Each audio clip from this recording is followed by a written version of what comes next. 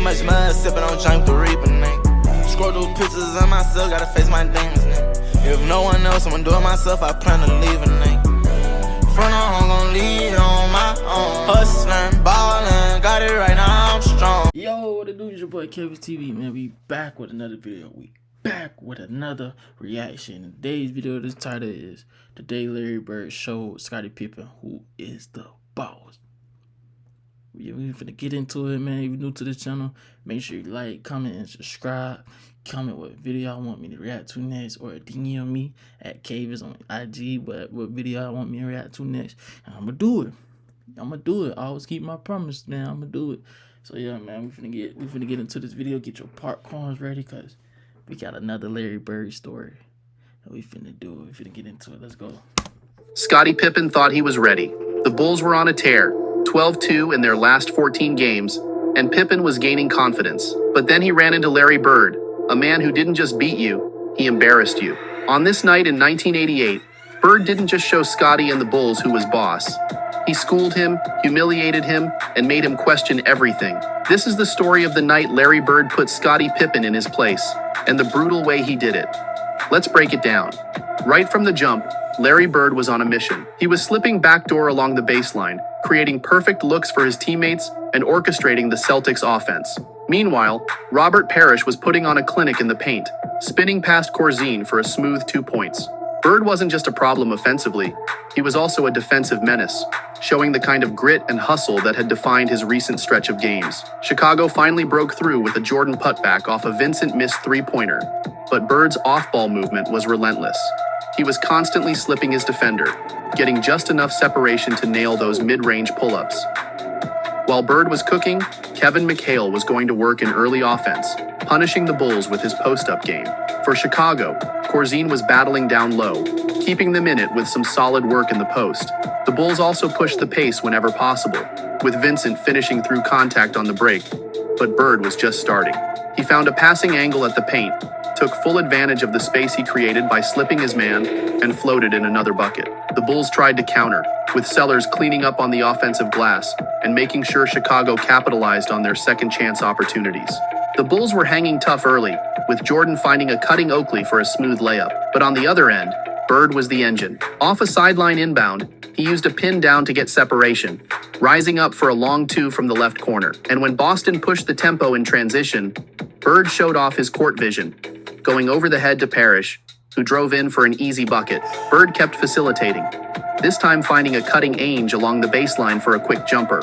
Boston's offense was flowing through Bird's playmaking, and McHale was thriving in the post, abusing the Bulls' defense with his footwork and touch. But Bird's facilitating was such a problem that the Bulls resorted to fouling to prevent easy looks under the basket. On the other end, Pippen was struggling to find his rhythm, misfiring on his mid-range shots. Meanwhile, Bird continued to dismantle Chicago's defense, driving inside and drawing the attention of multiple defenders, which opened up the lane for Parrish to slip in for another easy two. Despite Bird's dominance, Jordan was doing his best to keep Chicago in the game, attacking off the dribble and pulling up from the nail to hit a tough jumper. But Bird capped off his incredible first quarter with a putback buzzer beater, giving the Celtics a 33-27 lead heading into the second. Bird's fingerprints were all over this quarter, setting the tone for what was about to be a masterclass performance. Pippen was struggling right from the start of the second quarter. He was battling through screens, desperately trying to contain Bird, but all that effort only led to a foul on Bird. Chicago had no answers defensively, and McHale took advantage, hitting a smooth jumper over Pippen from the right elbow. However, Pippen was holding his own offensively. He pushed the pace, attacking the Boston defense before they could get set. But defensively, it was a different story. Bird was operating like a man possessed, effortlessly creating separation and draining those mid-range jumpers over Pippen. Pippen tried to counter by slipping along the baseline, finding his sweet spots on offense. But Boston's offense was firing on all cylinders. With Bird drawing so much defensive attention, Ainge slipped to the nail and splashed a clean jumper. Then, Bird hit Pippen with a nasty relocation, snapping Pippen's ankles before driving for a two off the glass. But Pippen kept fighting back. A down screen freed him up for a jumper from the left elbow, and he was cashing in. However, when Bird sat, the Celtics offense hit a wall. Chicago capitalized on the missed opportunities, with McHale doing his best to keep the Celtics afloat. McHale McHale was feasting in the post, dominating Grant in single coverage and owning the paint. But the Celtics needed Bird, and once he returned, he was right back to business. He slipped his defender and knocked down a mid-range jumper. Bird was so dominant down low that the only way Chicago could stop him was by fouling, and Pippen was racking them up. With the Bulls' defense stretched thin, Danny Ainge took advantage, attacking the gaps and getting to the rim. But Jordan was keeping Chicago alive on the other end, asserting his dominance in the paint and reminding everyone that this was still his court too.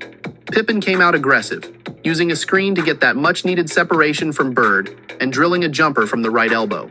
But Bird kept making plays, this time finding McHale down low. When McHale's attempt didn't fall, Parrish was right there to clean it up and finish the second chance opportunity. The Celtics' defense was locked in on closing off Jordan's driving lanes, but that left him wide open at the nail, and he was knocking down those mid-range shots with ease.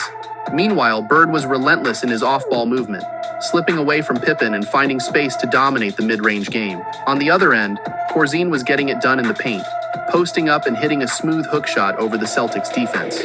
With Jordan attracting a double team, Oakley found himself wide open at the baseline and attacked the rim for an easy layup. However, Boston closed out the quarter with some fireworks. They pushed the pace in early offense, and DJ got a clean look from beyond the arc, splashing a three to extend the lead. But just as the Celtics seemed to be pulling away, Pippen had the final say. He beat the buzzer with a clutch jumper, trimming Boston's lead to 68-63 heading into halftime. Bird opened the third quarter in full facilitator mode, finding Parrish along the baseline for a thunderous jam.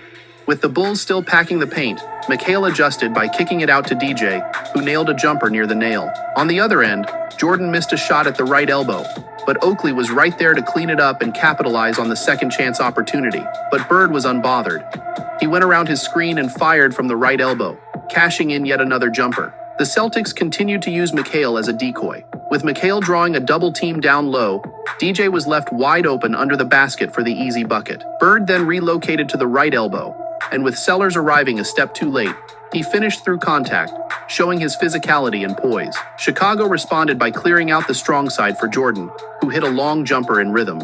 But the Bulls still had no solution for Bird's elbow shots. Every time he relocated, it was another clean look, and he was punishing them for it. DJ was threading the needle to Bird down low, and the Bulls were scrambling, unable to keep Bird from finding space.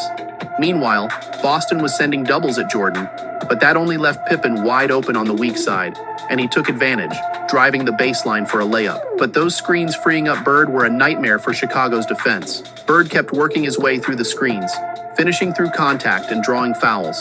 Jordan was doing everything he could to keep the Bulls in it. Even with defenders draped all over him, he was finishing with a tough floater, then powering his way through the Celtics' defense to get all the way to the rim.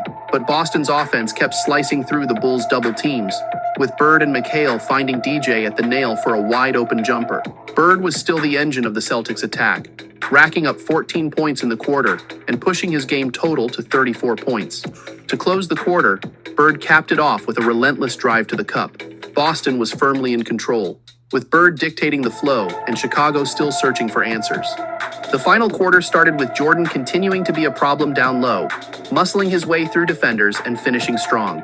Chicago also leaned on the two-man game between Jordan and Oakley, and it was working as they exploited the Celtics' defense early in the quarter. But once Bird checked back in, Boston's offense immediately started clicking. He led the break in transition, pushing the tempo and getting the Celtics back in rhythm. However, Jordan remained relentless, thriving in the mid-range. Off a Corzine down screen, he got the separation he needed and buried a smooth jumper. Despite the physicality, Bird kept finding ways to get to his spots. Even while being held, he rose up and drilled a long jumper right in Oakley's face, showing zero fear. And it was clear Bird wasn't 100%. He was playing on a bum ankle, but still pushing himself to keep Boston ahead. That's one thing I like about Larry Bird. No matter how hurt he is, man, he gonna put his body on the line so his team could get the win. That's how much about Larry Bird, boy. He got the most respect out of me. But with the Celtics showing help on Corzine down low, Pippen seized the opportunity, cutting straight to the cup for an easy layup. But Bird responded in typical Larry legend fashion. Despite Pippen's defense, he fought through, got to his spot, and unleashed another long jumper. Jordan wasn't going away, though. He hit a tough mid-range jumper, keeping Chicago within striking distance. But as all eyes were on Bird, DJ seized the opportunity to drive straight to the hoop, finishing through contact with authority. Jordan kept attacking, this time slashing along the baseline with his trademark tenacity. Pippen then stepped up defensively, forcing a turnover that led to a 3-on-1 fast break for Chicago, but it was too little, too late. As the game wound down, Bird received a standing ovation as he headed to the bench, having delivered a 44-point masterpiece against the Bulls. The Celtics put the finishing touches on a 126-119 victory, and Bird's offensive explosion was the difference. And on this night in 1988, Larry Bird didn't just beat the Bulls, he left his mark on Scottie Pippen and the entire Chicago squad. Bird was ruthless, orchestrating the game, slipping screens, draining mid-range daggers, and outsmarting defenders at every turn. Scottie Pippen might have been on his way to becoming one of the NBA's elite, but Bird made it clear that night, greatness doesn't just happen, it's earned. And Bird had already earned it. Bird's 44 points was a statement that no matter how hard you try, when Larry Bird's on the floor, he's the boss. But before you go, if you enjoyed this breakdown of Bird's legendary performance, make sure to like, subscribe, and hit that notification bell for more epic basketball stories. Let me know in the comments, which other legendary matchups should I break down next? Catch you in the next one.